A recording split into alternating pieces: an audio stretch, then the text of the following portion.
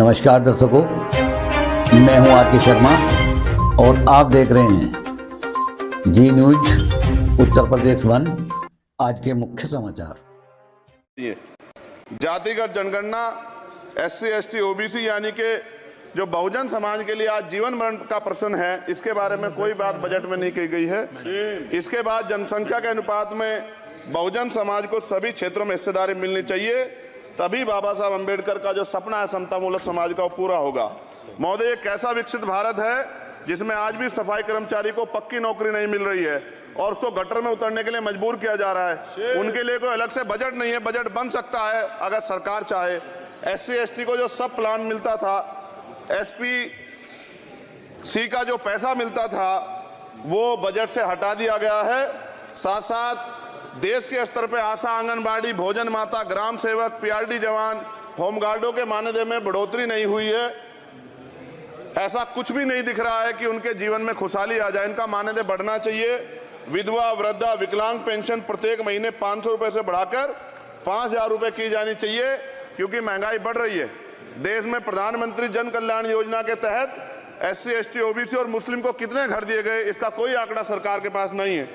देश में इसी तरह SC ST OBC के लिए कितने परिवारों को शौचालय की व्यवस्था कराई गई। आज भी सिद्धार्थनगर जैसे जिले और तमाम जिले जो है वहां शौचालय की व्यवस्था नहीं है। इस पर ध्यान देना चाहिए। देश भर में SC ST OBC के जो रिक्त पद पड़े हुए हैं, बैकलॉग भरना चाहिए। सरकार ने कुछ नहीं कहा। ये कैसी विश्व की 5वीं अर्थव्यवस्था है जिसमें आज भी SC ST पे अत्याचार हो रहा है, महिलाओं के साथ रेप हत्या हो रही है। NCRB का डाटा पढ़ेंगे तो खून के आंसू रोने पड़ेंगे। युवा बेरोजगार है, सड़कों पे 80 करोड़ लोगों को 5 किलो राशन में जीवन यापन करना पड़ रहा है।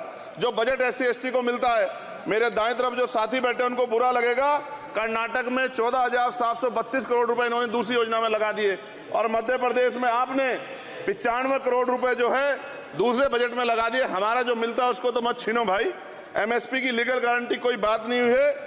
किसानों को जो 6,000 रुपए मिलते हैं उसको बढ़ा के 12,000 रुपए करना चाहिए और फसल बीमा जो है उसका सारा प्रीमियम सरकार भरे, किसानों पर बोझ ना लगे। रिजर्वेशन प्रमोशन में लागू नहीं किया गया, पुरानी पेंशन को बहाल नहीं किया गया, इस पर चर्चा नहीं हुई। देश में मनरेगा समय न्यूनतम मजदूरी की दर 700 रुपए होनी चाहिए। समान काम समान वेतन पॉलिसी लागू होनी चाहिए। जो रसोई की चिंता करते हुए 500 रुपए प्रति सिलेंडर से ज्यादा के दाम नहीं होने चाहिए, जो महिलाओं को राहत मिल सके। बिजली के दामों में भी कमी होनी चाहिए। बेरोजगार युवाओं को 5,000 रुपए भत्ता मिलना चाहिए, जो बेरोजगार युवा जो है अपनी पढ़ाई या अपना खर्चा उठा सके। मैं अपने क्षेत्र के विषय में महोदय आपसे कहना चाहता हूं कि पश्चिम यूपी में नगीना में एक एम्स बनना चाहिए, एक IIT बननी चाहिए, एक IIM बनना चाहिए। नगीना लोकसभा में उद्योग धंधे लगने चाहिए। नगीना की कताई मिल जो है उसको पुनः शुरू कराना चाहिए।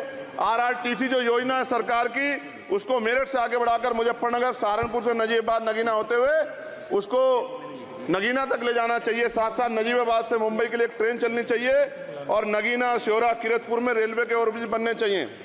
सभापति महोदय, सामाजिक न्याय मंत्रालय को 13,000 करोड़ रुपए दिए गए और जनजाति कार्य मंत्रालय को 13,000 करोड़ रुपए दिए, कुल 26,000 करोड़ रुपए, जो कुल बजट 48.20 लाख का लगभग 0.54% है। जबकि हमारी संख्या 25% से ज्यादा SC ST की और बहुजन समाज की मिलाओगे तो 85% से ज्यादा है।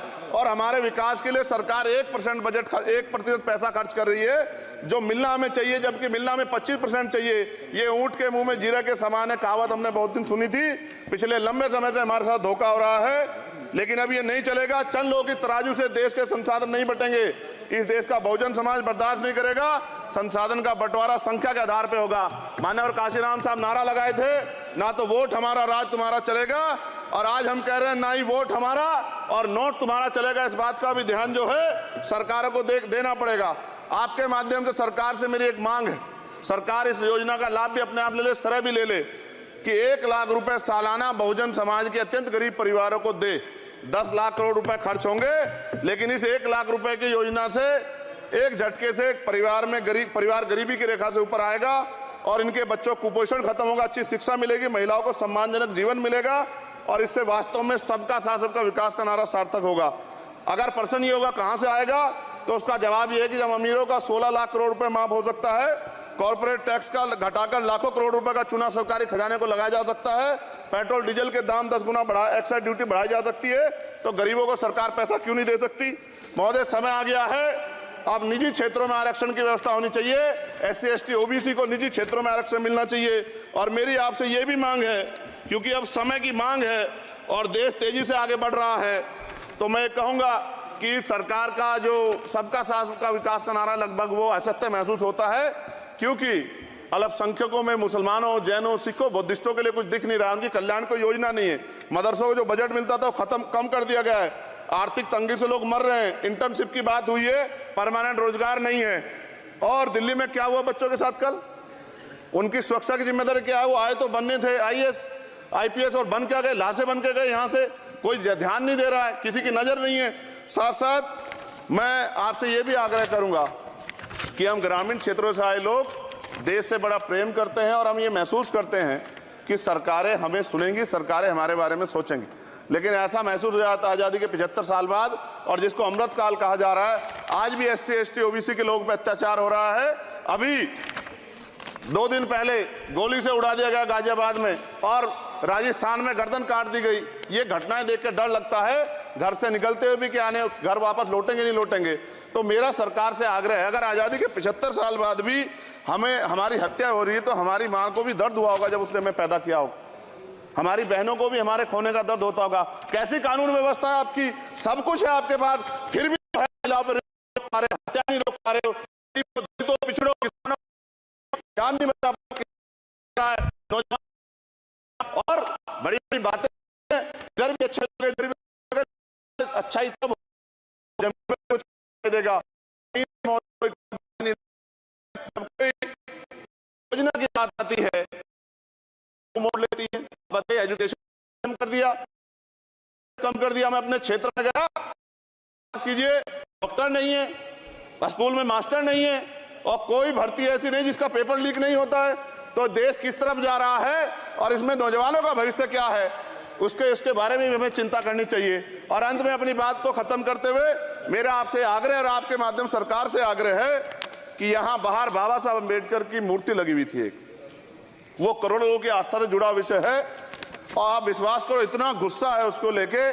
मेरी आपके माध्यम से, मैं हाथ जोड़ता नहीं हूं, लेकिन मैं हाथ जोड़ के आपसे आग्रह कर रहा हूं कि प्रधानमंत्री जी, सरकार से हमारी आग्रह कि वो अम्बेडकर वादियों के सम्मान का ध्यान रखते हुए, उनके जो है दिल की पीड़ा को समझते हुए, उनके दर्द का ध्यान रखते हुए उस मूर्ति को पुनः स्थापित करा दीजिए। अगर इसमें कोई राजनीतिक कारण अलग बात है, लेकिन मैं कंक्लूड कर रहा हूं। मगर मैं आपसे कहना चाहता हूं, इसमें बहुत गुस्सा है। जिस दिन अम्बेडकरवादी गुस्सा हो जाएगा, वो फिर इस सरकार को जो 24 में आ गई है, वो आने वाले चुनाव में ऐसा सबक सिखाएगा कि दोबारा पलट के नहीं देख पाओगे। तो मैं आपका धन्यवाद करता हूं, और मुझे विश्वास है कि सरकार मेरी बातों पर गौर करेगी और गरीबों के बारे में सरकार सोचेगी।